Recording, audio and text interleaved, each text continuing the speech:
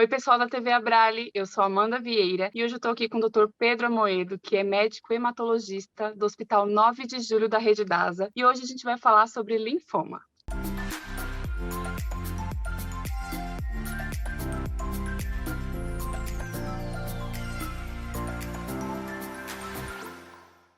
Olá, doutor Pedro, muito obrigada por aceitar o nosso convite, participar aqui com a gente da TV Abrale. E em 15 de setembro é sempre comemorado o Dia Mundial de Conscientização dos Linfomas. E por isso hoje a gente vai falar desse câncer do sangue. Para a gente começar, doutor, eu queria que você explicasse o que é e como acontece o linfoma.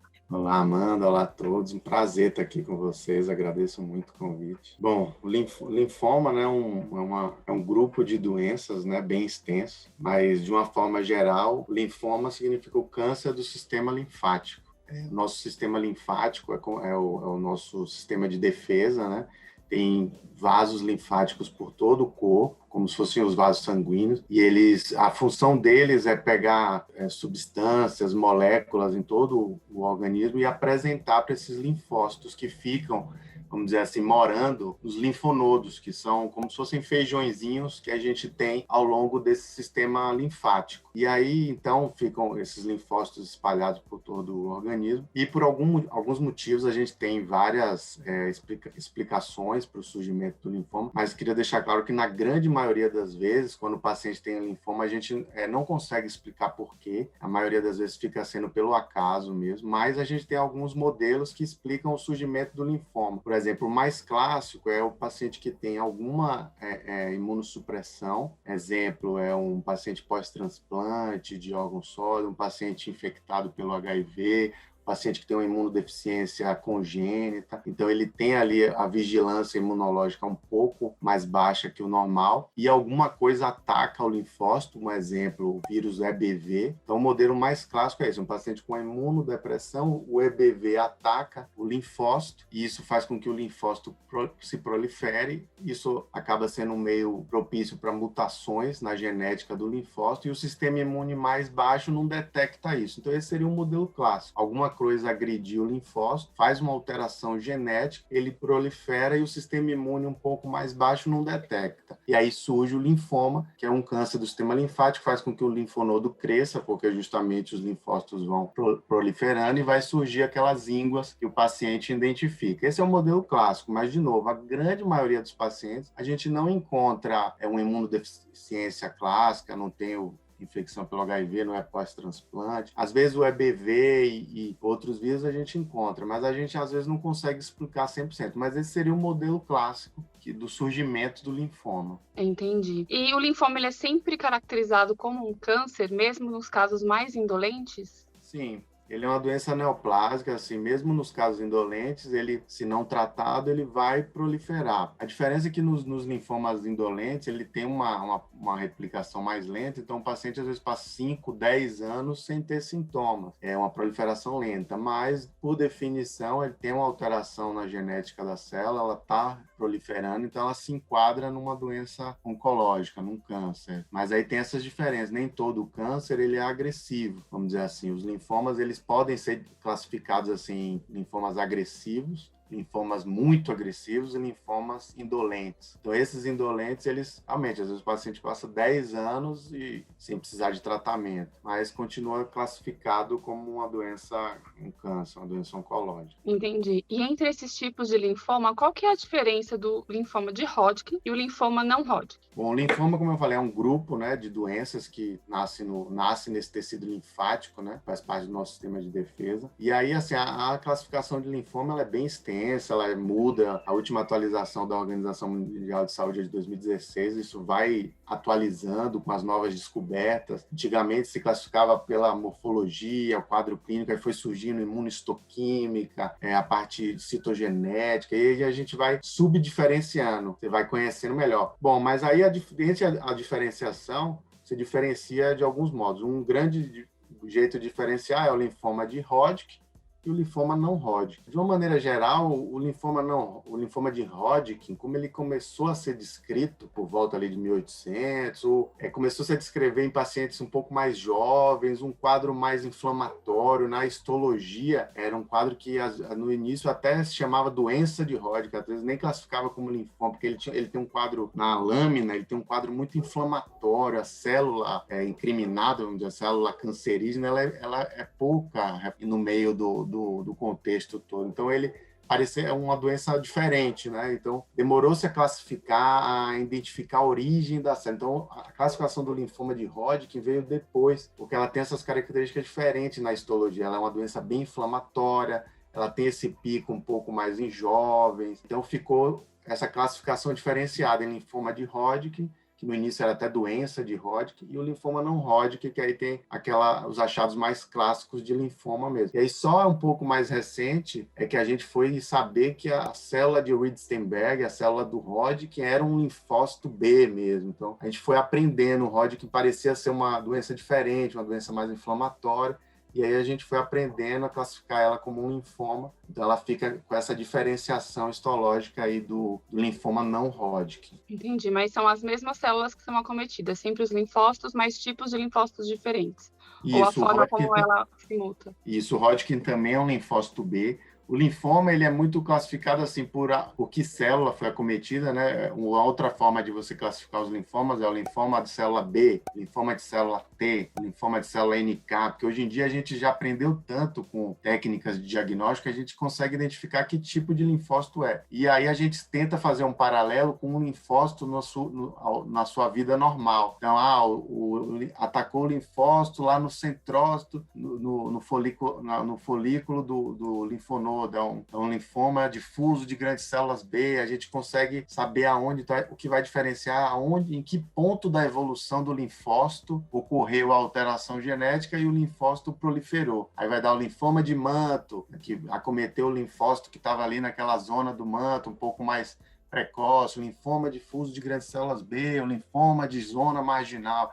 É sempre fazendo um paralelo aonde o linfócito normal estaria nesse caminho, né? Porque o linfócito, ele nasce na medula óssea, aí ele vai para o linfonodo, a gente chama de linfócito virgem, ele ainda não foi apresentado a nenhuma molécula, a nenhum vírus, e aí ele é apresentado, ele começa a se diferenciar, a formar os anticorpos. Então, a trajetória dessa caminhada de nascer na medula, ser apresentado a uma molécula estranha, a começar a produzir os anticorpos, toda essa evolução, o linfoma pode aparecer em qualquer momento desse. Onde surgir é que a gente vai diferenciar o subtipo. E aí o Hodgkin e não Hodgkin a gente diferencia também nesse quadro histológico que eu falei, também é um linfócito B. O linfoma de Hodgkin também vem de uma origem de um linfócito B. Entendi. E quais são os principais sintomas?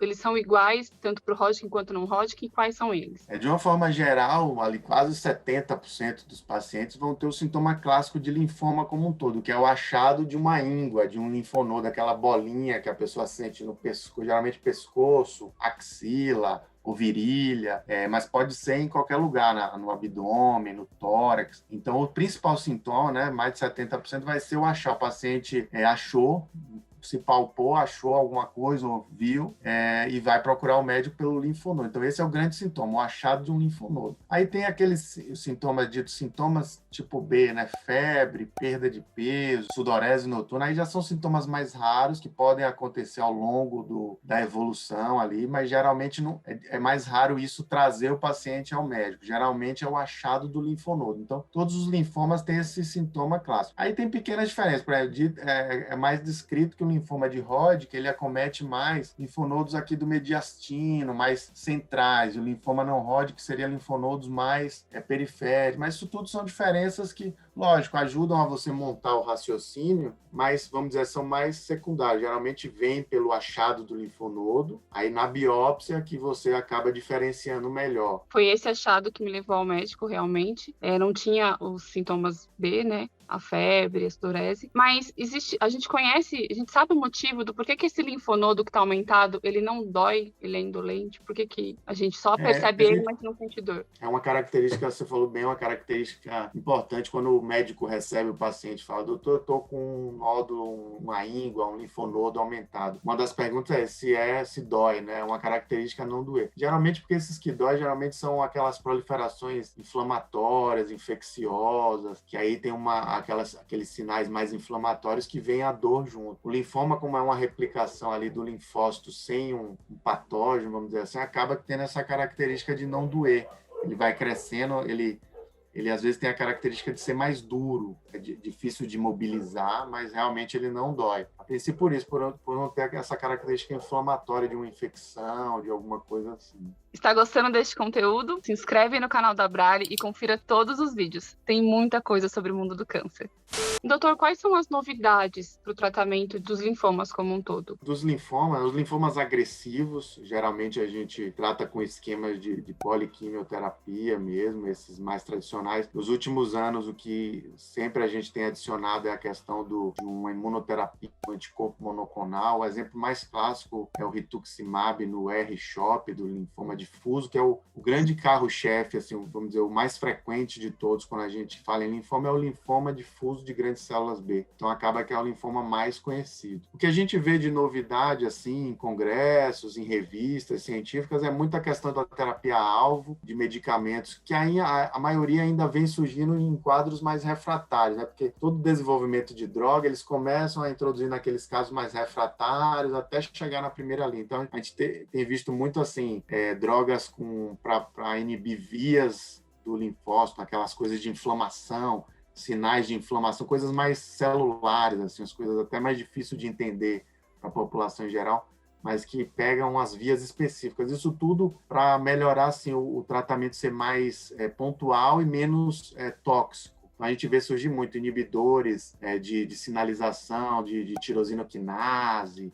A gente vê também CAR-T-cell. A gente viu recente que a FDA, né, que é a Anvisa americana, aprovou CAR-T-cell para uso em difuso de grandes células B e folicular. Então, imunoterapia celular também a gente vê como novidade. Eu acho que, no geral, vem mais isso. Terapia-alvo, inibindo sinalização e CAR-T-cell. Acho que é o que vem de novo aí. E você considera importante que o paciente conheça essa diferença do nome da patologia, né, do diagnóstico dele, saber o nome e o sobrenome do que ele está tratando? É linfoma de Hodgkin, se é não Hodgkin, qual o subtipo? Eu acho importante o paciente saber sobre isso? Sim, hoje, de uma forma geral, sim. É bem importante o paciente saber nome, sobrenome, saber o tipo específico de doença que ele tem. Isso é muito importante. Por N motivos, assim, acho que o paciente é dono do seu tratamento, né? O conhecimento está para todos, o paciente opina, né, no tratamento, ele tem que saber o que ele tem. E por N motivos, às vezes o paciente está em outro local, viaja e está longe do seu médico e precisa de uma internação, ele tem que saber avisar o que ele tem, se informar. É claro que ao longo da profissão e do dia a dia, você vai entendendo que, às vezes, passar muita informação para algumas pessoas, acho que o nome você sempre passa, mas, às vezes, quando você vai dando tanta informação, acaba que atrapalha para a pessoa. Então, você tem que ir aos poucos sentindo o que você vai avisando. Mas, lógico, em questões gerais, sempre a pessoa deve saber o nome, sobrenome, o tratamento. E aquela pergunta polêmica que não quer calar. O linfoma tem cura? Sim, tem cura. Assim. Aquela coisa ali que a gente chama de paradoxo do linfoma, entre os linfomas agressivos e os linfomas indolentes. Isso a gente ouve desde a faculdade, né? Que o linfoma indolente, ele tem um tempo sem sintomas, que o paciente nem precisa de tratamento maior. Por outro lado, é mais difícil você alcançar a cura. Mas o linfoma agressivo, por outro lado, se você não tratado, ele vai evoluir mais rápido, o paciente vai ter problemas mais rápido, mas ele responde bem à quimioterapia e tem mais chance de cura. Estima-se que em torno de 6 anos as curvas se tocam, né? O paciente passa ao linfoma agressivo ter mais, vamos dizer assim, pessoas que se curaram, né? Vamos dizer assim, a grosso modo. Mas, de uma forma geral, contando aí tudo, em torno de 30% a 80% dos pacientes aí, pelos subtipos, você cura. Os mais agressivos, com pior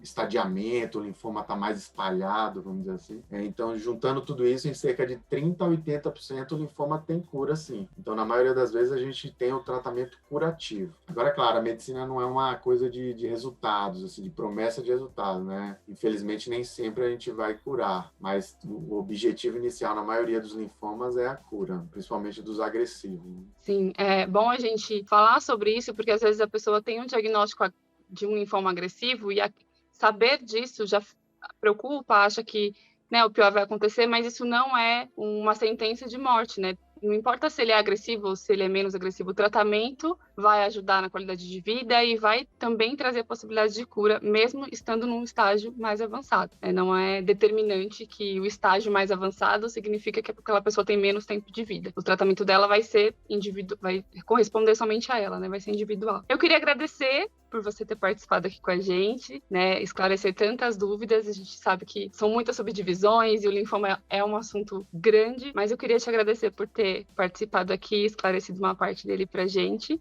E se você tiver alguma consideração geral para fazer, algum recado aí para os pacientes? Muito obrigado, foi um prazer. Eu acho que você deve sempre conversar com o seu médico, tirar as dúvidas. O médico costuma usar muito as dúvidas do paciente para chegar até ele. Então, pergunte o que você quer. A gente sabe que, às vezes, em alguns momentos, você não quer saber de algumas coisas, você não vai perguntar, a gente vai respeitar isso, o médico sabe respeitar isso, o momento certo de você querer saber, a minha chance de cura. Às vezes, no primeiro momento, você não vai perguntar isso, mas se abra com o seu médico, você tem que ter uma boa relação com ele. Isso é muito importante para o tratamento e, com certeza, o linfoma tem cura. Quando a gente não consegue curar, a gente consegue dar melhor qualidade de vida, a gente sempre vai tentar ajudar de algum jeito, mas tenha o seu médico como um amigo. Sim, então muito obrigada mais uma vez e obrigada a você que nos assistiu até aqui. Não esquece de curtir, comentar e compartilhar para mais pessoas terem acesso a essa aula que o Dr. Pedro deu pra gente. Um beijo.